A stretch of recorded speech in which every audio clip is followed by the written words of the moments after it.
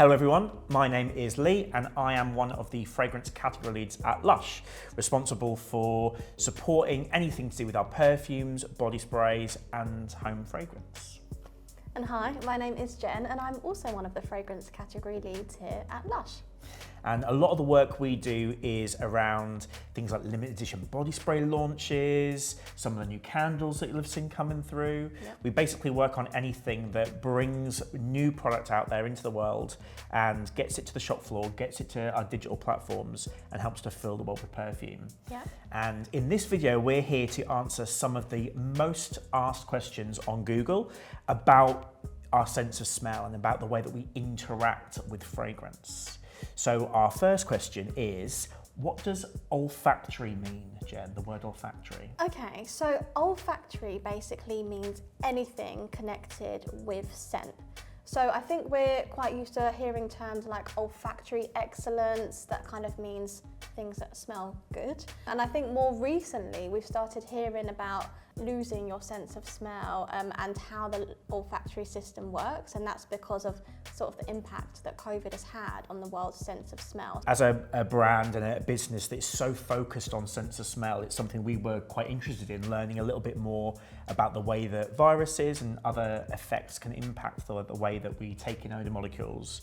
So we were looking quite a lot at the olfactory system and learning about how odour molecules are all around us all the time, suspended in the air. We breathe them into our nostrils and they begin that process of sparking up what's called the olfactory system, which is where we get those odour molecules into our noses, into our brains, and then how they then start to light up different parts of the brains that help us to perceive that smell, detect it, react. It's a really interesting little rabbit hole you can go down learning about the science behind the way that we smell. Yeah, it's so complex and Yeah. like such a crucial mechanism to how we experience the world. Yeah, but also once you learn it, it makes total sense about why we do react to certain smells in the way that we do. There's an area of the brain called the limbic system, and the limbic system has an element of it called the amygdala. And the amygdala is responsible for kickstarting and generating and processing our emotions. And when you breathe in an odour molecule in the environment, it sends signals directly to that amygdala and it can influence and shape and change the way that we feel. So maybe we breathe in odour molecules associated with lavender and we maybe feel a little bit more relaxed or chilled out. Or maybe we breathe in odour molecules associated with bergamot or lime or Sicilian lemon and suddenly we feel a little bit more peppy, a little bit more uplifted, a little bit more like we're going to have a good time.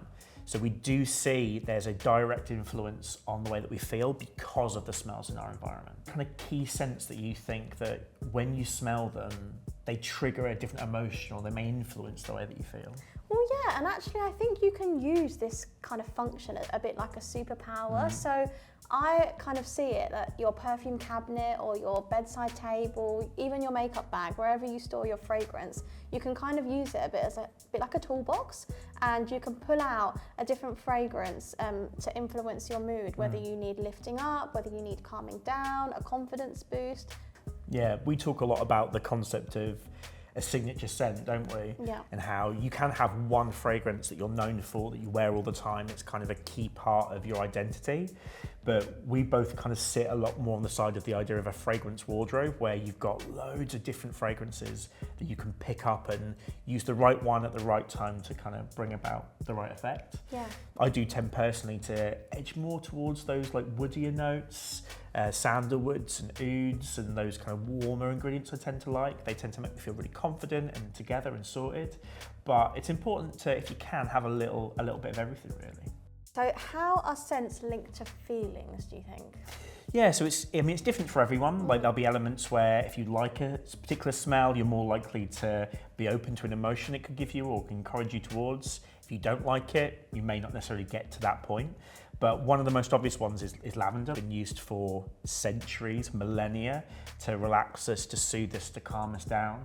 It's why our sleeping twilight ranges are so popular, because they really kind of put you in a snuggly, comforting, relaxing space.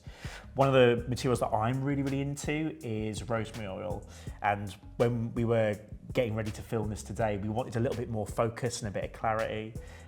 So we've actually got our Clear the Air Lush Smell on, which has lots of eucalyptus and lemongrass that can really help to enliven the mind. But all the rosemary that's added in there is a brilliant brain defogger as well. So just helps you to think a little bit more clearly. I definitely feel different throughout the day, and I sometimes want to harness some of those feelings a bit more. So I think I'd say maybe when I come home from work, that's when I'm particularly invested in like shifting the way that I feel and using scent to do so. So I normally come in and I'll pop on a candle, and I don't always use the same one, but at the moment I would use something like creme brulee. It's sweet, it's grounding, it's almost a little bit syrupy in style, and something like that has that scent profile actually makes me feel really calm, really relaxed, really at peace, because I'm at home and the day is coming to a close. Let's turn the attention a little bit to memory. Memory is something that gets asked about quite a lot. Out of interest, Jen, like, do you feel that there's perfumes that can trigger your memories? Yeah, absolutely. Yeah. I think perfume can actually take you back to a memory even more vividly than like a photo or something like that. The smell of something cooking, so maybe like the smell of something baking. I would always bake cakes with my nana, and the smell of that in the oven would instantly take me back to her house and like remind you of little details that you've definitely forgotten about, like the colour of the bowl, where you were sitting, what you might have been wearing, and things like that. Quite a visceral thing, I think, for a lot of people. So when we breathe in those odour molecules, sometimes information is sent to the amygdala to help us feel or react in a certain way. But information is also sent to a part of the brain called the hippocampus. And the hippocampus is essentially our deep memory store, where it's like a little Rolodex of all of the experiences that we've ever had. They're kind of where we keep everything kind of locked away in a little box. And for some reason, sense of smell seems to be like a real easy key to unlock those memories. And it's partly because when we remember something, we remember what we see and what we hear and what we feel, but we also do encode the smell as part of it. It's not always conscious, but sometimes we are able to recall a particular memory purely because that same smell is somewhere in our environment. For me, I grew up on like a housing estate. It's the smell of like people painting their fences. Like, it's such a strong memory associated with summer. So whenever I smell that smell, it instantly makes me think of like being young, running around with my friends, like really hot weather. For the perfumer, like creating a perfume is almost like bottling a memory in some instances. From the perfumer, they're sometimes taking some of their own memories and, like you said, bottling it. But then for the wearer, we also have an opportunity to create new memories with the smell, right? Yeah. So like choosing a very particular fragrance to wear on your wedding day, for instance, or a big occasion like that. Whenever you smell that fragrance again, you'll remember exactly how you felt. You'll remember exactly where you were, what you were wearing, the laughter that you had. Yeah. So it can be a real nice positive recall to tap into some of those happier memories that we might have. Well, I've actually been shopping with Lush my whole entire life.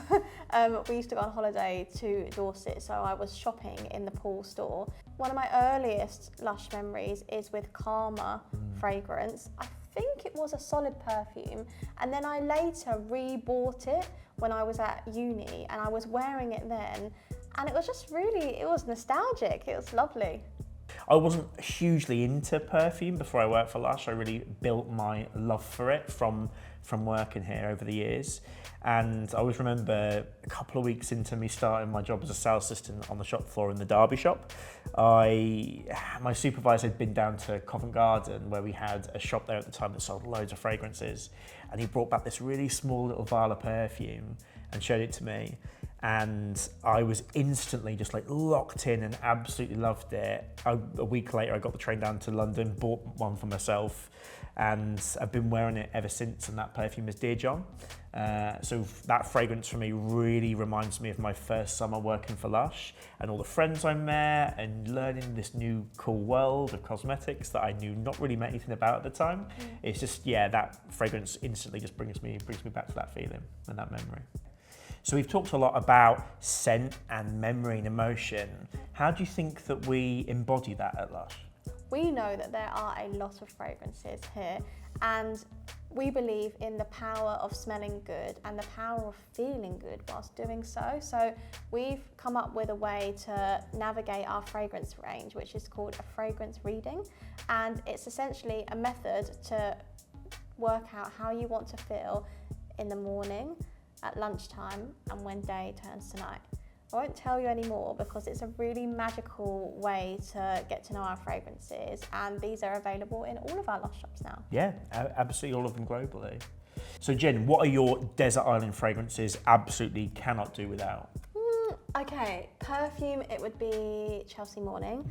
Goes without saying, it's delicious. If you haven't smelt it, you must. And but are you allowed 2 things on a desert island? Yeah, Okay, so body spray, Rose Jam. Yeah. Oh, I mean, I haven't just got one, I'll be honest. I'm going to need at least a little small bag of fragrance with me for this mythical desert island.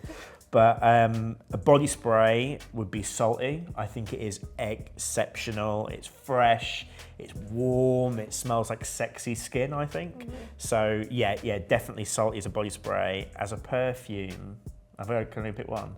Yeah, so desert island. Grass. Yeah. Grass, yeah, I think it's beautiful, really refreshing, really enlivening, smells literally like freshly cut grass. This was really fun. So if you want to check out our range, we have them all online and in store, and pop in to receive your very own fragrance reading so you can establish your superpower and see which fragrance makes you smell good. Let us know which one you choose. Feel free to let us know in the comments what you want to see from us. Body sprays, perfumes, home fragrance. Something else. Something else. What do you think we should be up to? Whack it in the comments, and yeah, you never know, it might happen. See you soon.